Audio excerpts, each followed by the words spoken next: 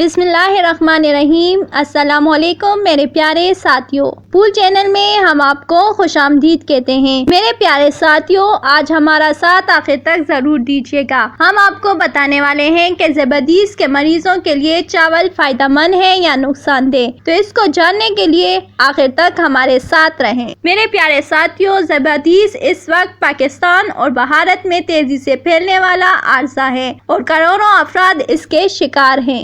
ज़ेबदीज़ के शिकार अफराद में मुनासिब मिकदार में इंसुलिन नहीं पाई जाती या जिस्म इसे इस्तेमाल करने की सलाहियत से महरूम हो जाता है। आम तौर पर ज़ेबदीज़ टाइप 2 का मर्ज तर्ज जिंदगी की मखसूस आदत का नतीजा होता है और इसके नतीजे में ब्लड शुगर लेवल तवील अरसे के लिए बढ़ जाता है, जिसके नतीजे में दीगर तबी मसाइल जैसे अमराज कल्ब वगैरह का खतरा बढ़ता है। इस आर्जे का अभी तक कोई मुकम्मल इलाज तो मौजूद नहीं, मगर चंद ग़िज़ाई आदत और तर्ज जिंदगी में तब्दीलियों से इसे कंट्रोल में रखा जा सकता है। ज़ेबदीज़ के मरीजों की ग़िज़ा में से चावल निकालने का मशवरा देते हैं, क्योंकि इससे ब्लड शुगर लेवल मुतासर होने का इम्कान होता है। मगर चावल ऐसी चीज है जो पाकिस्तान और भारत भर में बहुत ज्यादा आम होती है, ताहम इसमें मौजूद नशास्ता ब्लड शुगर लेवल बढ़ा सकता है। इसी तरह चावल में फाइबर नहीं होता, जो कि मिठास को जज़ब करने का अमल लंबा करके ब्लड शुगर लेवल रेगुलेट करता है।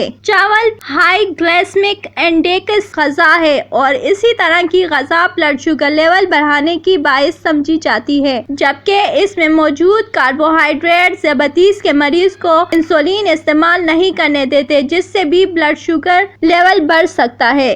तो इन अनासर को देखते हुए सवाल यह है कि क्या वाकई चावल ज़ेबदीज़ के शिकार अफराद को नहीं खाने चाहिए? नशास्तादार ग़िज़ाएं जैसे चावल सेहतमंद ग़िज़ाई आदत का हिस्सा हो सकती हैं, मगर इनकी मिकदार की अहमियत बहुत ज्यादा है। चावल, पास्ता, आलू, मटर और मकई वगैरह को ग़िज़ाओं का हिस्सा बनाया जा सकता है। तो ज़ेबदीज़ के मरीज सफ़ेद या ब्राउन चावल खा सकते हैं, मगर एतदाल कुंजी है और हमेशा डॉक्टर के मशवरे से इसे खाने की आदत बनाएं। अगर आपको हमारी वीडियो अच्छी लगी हो तो हमारी हौसला अफजाई के लिए लाइक जरूर कीजिएगा और अपने साथियों के साथ सोशल मीडिया पर ज्यादा से ज्यादा शेयर कीजिएगा। शुक्रिया।